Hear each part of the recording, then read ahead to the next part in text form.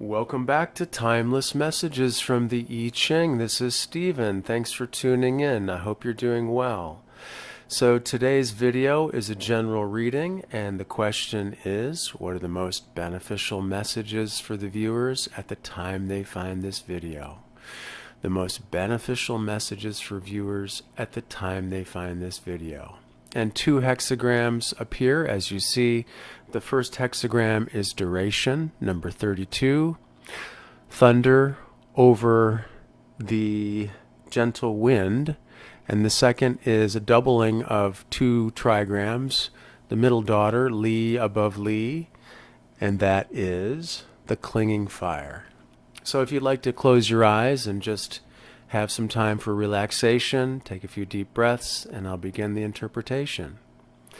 Duration, the arousing thunder, the gentle wind. The strong trigram, Chen, the arousing thunder, is above. The weak trigram, Shun, or sun, below. This hexagram is the inverse of the preceding one. And what is the preceding one? The preceding hexagram is influence or wooing. So in influence and wooing, we have the idea of courtship. An older man subordinating himself to a younger woman. And by doing so, he inspires her to follow him. And now we have the extension of that wooing experience with duration. So the two, I'll just repeat this, in the latter, we have influence, which is wooing, or, influence and wooing. And here, in this hexagram, we have union as an enduring condition. So the previous one is like dating, courtship, okay? And now this one is an enduring relationship. So the two images are thunder and wind, which are likewise constantly paired phenomenon. The lower trigram indicates gentleness within, the upper movement without. In the sphere of social relationships, the hexagram represents the institution of marriage as the enduring union of the sexes. During courtship, the young man subordinates himself to the girl. But in marriage, which is represented by the coming together of the eldest son and the eldest daughter, the husband is the directing and moving force outside, while the wife inside is gentle and submissive. The judgment, duration, success, no blame, perseverance furthers, and it furthers one to have somewhere to go. Duration is a state whose movement is not worn down by hindrances or obstacles. Duration is not a state of rest, for mere standstill is regression. Duration is rather a self-contained and self-renewing movement of a firmly integrated whole that takes place in accordance with divine laws and begins again at every ending. So duration is perpetuating, it continues. When things seem to end, it begins again. The end is reached by an inward movement, by an inhalation or contraction. And this movement turns into a new beginning, in which the movement is directed outward, in an exhalation or expansion. So here we have the idea of heavenly bodies exemplifying duration. What are heavenly bodies? They're the planets. Pardon me. And the planets move in their fixed orbits, and because of this, their light-giving power endures. The seasons of the year follow a fixed law of change and transformation as well. Therefore, they can produce effects that endure. Likewise, the dedicated person embodies an enduring meaning in their way of life, and thereby the world is formed. And that which gives things their duration, we can come to understand the nature of all beings in heaven and on earth. So what gives us our duration? What gives you your duration? What is your enduring meaning in your way of life? The image, thunder and wind, the image of duration. Thus the superior person stands firm and does not change their mind, does not change their direction. Thunder rolls and the wind blows, and both are examples of extreme mobility, and so they seem the very opposite of duration. but the laws governing their appearance and ending, their coming and going, they also endure. In the same way, the independence of a superior person is not based on stubbornness or rigidity. This person always keeps abreast of the times and changes with it, and what endures is the unswerving inner directive, the inner law of their being, which determines all their actions. So here we have ideas of what gives us duration. The planets have duration because they have fixed orbits, and the seasons have duration because they have fixed laws that govern their change and transformation. So what is it in us that gives us our duration? What do we have that helps us to endure? The changing lines, 6 at the beginning. Seeking duration too hastily brings misfortune persistently, nothing that would further.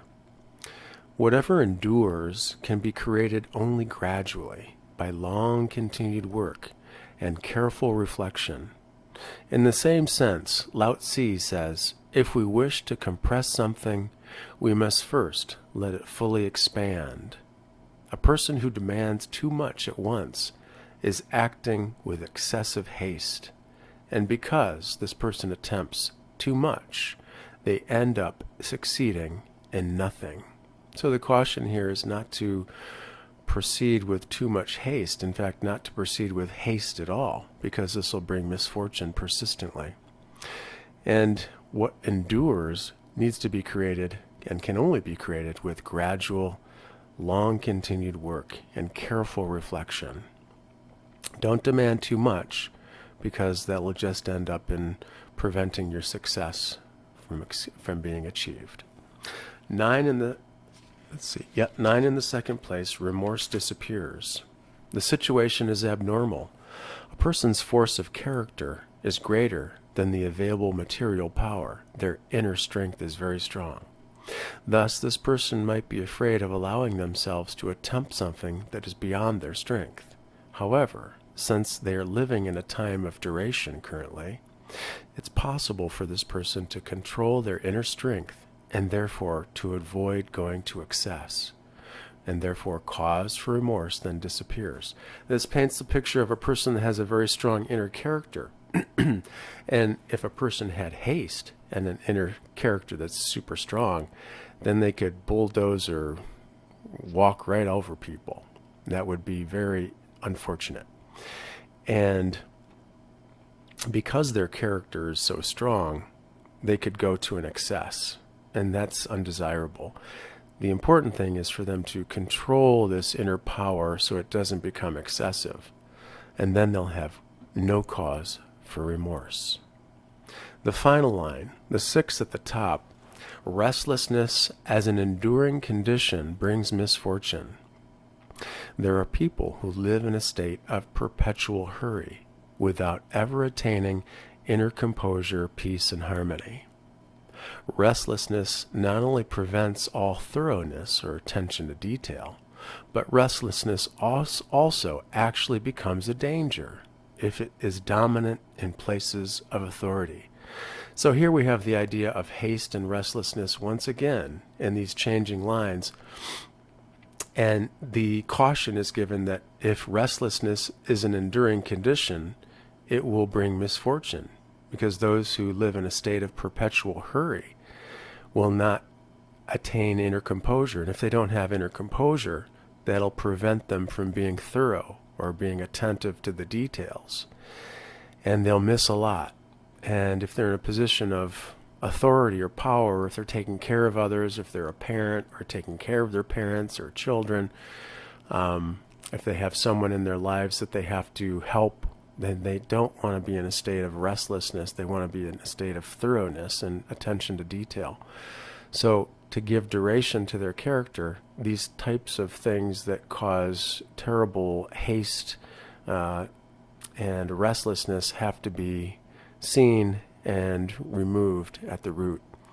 So duration and the caution of not acting hastily because misfortune will result. Also tempering your inner strength so that it doesn't get to an excessive point, therefore you can avoid remorse. And also, don't stay in an enduring condition of restlessness or hurry, because you won't attain that inner composure, peace, and harmony that you absolutely need, and that will allow you to be attentive to the details and avoid problems, especially if you're in a position of authority. So essentially what endures in this hexagram of duration is the inner directive, the inner law of one's being, which determines all of their actions. This does not change. This allows the person to have duration over time.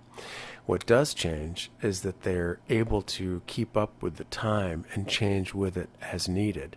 And this is based on their ability to be in tune with this unswerving inner directive within themselves, this inner guidance, this inner wisdom, inner light that determines all their actions. And now moving from duration, we have the clinging fire. And this hexagram is a double sign, as mentioned earlier. The trigram Li means something to cling to something, to be conditioned, and to depend or rest on something, and also brightness. A dark line, which is in the yin lines are in the second and the fifth positions. A dark line clings to two light lines, one above and one below, the image of an empty space between two strong lines, whereby the two strong lines are made bright. The trigram represents the middle daughter. The creative has incorporated the central line of the receptive, and thus Li develops. The creative is three solid lines, and therefore what happens is one of the middle lines in the creative gets replaced with a yin line from the receptive, from the mother. As an image, it is fire, and fire has no definite form, but fire clings to the burning object and thus is bright. As water pours down from heaven, so fire flames up from the earth, while the preceding hexagram of the middle sun, Kan, means the soul shut within the body. Li stands for nature in its radiance. The judgment, the clinging. Perseverance furthers, and it brings success. Care of the cow brings good fortune. What is dark clings to what is light, and so enhances the brightness of the latter. A light, luminous thing, giving out light, must have within itself something that endures or perseveres. Otherwise, it will in time itself burn out. Everything that gives light depends on something to which it clings, in order that it may continue to shine. And don't we have the idea of duration here coming through again, and the idea of needing something, this luminous thing, needing something to cling to so that its light can persevere. The idea of duration is again given in a slightly different perspective in this second hexagram. Therefore the sun and the moon, they cling to heaven. In grain, grass, and trees, they cling to the earth. And the clarity of the dedicated person clings to what is right, and thereby can shape the world. Human life on earth is conditioned, and it's unfree. And when a person recognizes this limitation and makes themselves dependent on the harmonious and beneficial forces of the cosmos, they achieve success. The cow is a symbol of extreme docility, and by cultivating in themselves an attitude of compliance and dependence, a person acquires clarity without sharpness and finds their place in the world. So here we have the idea of the sun and moon clinging to heaven, and grain, grass, and trees clinging to earth, and the superior person clinging to what is right. Thereby they can shape the world by clinging to what is right. And because they recognize that life on earth has limitations, they can allow themselves to depend upon the harmonious and beneficial, all-providing forces of the cosmos. And therefore, if they do so, they achieve success. So trust here is implied, and surrender. And if they cultivate within themselves a clarity that has no sharpness, they'll find their place in the world. Now, clarity in itself has a certain amount of sharpness to it because there's no falsehood in it. It's clear. But if a person expresses clarity in a sharp way, then they're doubling that sharpness, and sometimes that's too pointy or pokey for other people. And even though they're being clear, the clarity is not received well because it's not presented well. So we should have clarity, but it should be without sharpness. The image, that which is bright rises twice, the image of fire. Thus, the great person, by continuing this brightness, illuminates the whole world. Each of the two trigrams represent the sun in the course of a day, and the two together represent the repeated movement of the sun, the function of light with respect to time. The great person continues the work of nature in the human world. Through the clarity of their nature, they cause the light to spread farther and farther, and to penetrate the nature of humanity ever more deeply. So this is a very hopeful image of the clinging fire. This talks about the movement of the light, the sun, the function of light with respect to time, and also the function of that inner light within us that continues the work of nature, that inner light, in the human world. And if the superior person, which it's essentially encouraging us to enter into that superior person archetype or energy, if we allow this clarity without sharpness of our inner nature to shine, we will cause the light to spread farther and farther, and to penetrate the nature of humanity ever more deeply. So it becomes contagious. That light becomes inspiring and contagious as a person embodies it more fully. The two hexagrams are really playing off each other very beautifully. Duration talks a lot about not being hasty, about being in tune with your inner power, but being in control of it, so therefore you don't go to excess. And also, what was the final line of duration? Let's see here. Oh, not staying in restlessness as an enduring condition, because that'll bring misfortune. So everything is pointing toward having a duration that's meaningful without haste or restlessness, having inner harmony and composure, and also tempering your inner strength so it doesn't become too excessive or overwhelming. Therefore, remorse will disappear. You won't have cause to feel badly because you're going to be in control of your inner power, which in duration you have to have that control, and you can't have things too quickly or else they won't be sustainable. Things come slowly, and over time, as they become more established, they become foundational. And this helps to create a very strong foundation for that duration to occur. And duration could be a relationship in your life. It could be a way of you conducting yourself in your relationship with yourself. And then moving toward the other hexagram of the clinging fire, we have duration again represented with, well, a thing that burns has to have something to which it clings. A thing that's lighting, or a thing that is illuminated or luminous, must have something within itself that endures. It must have duration, or else it'll burn itself out.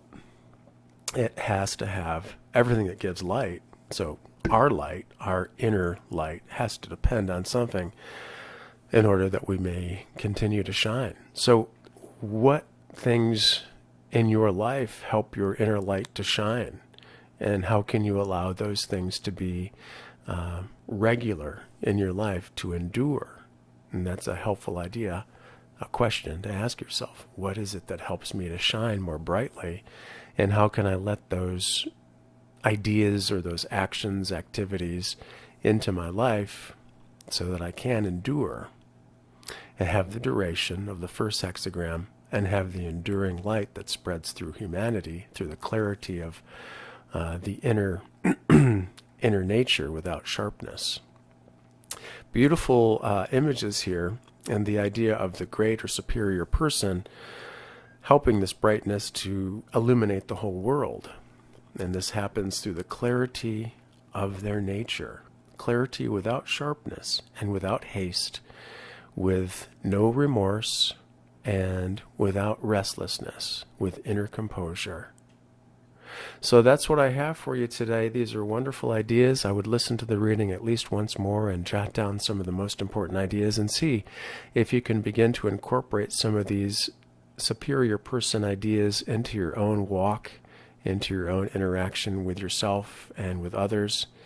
And I think this will be a wonderful thing.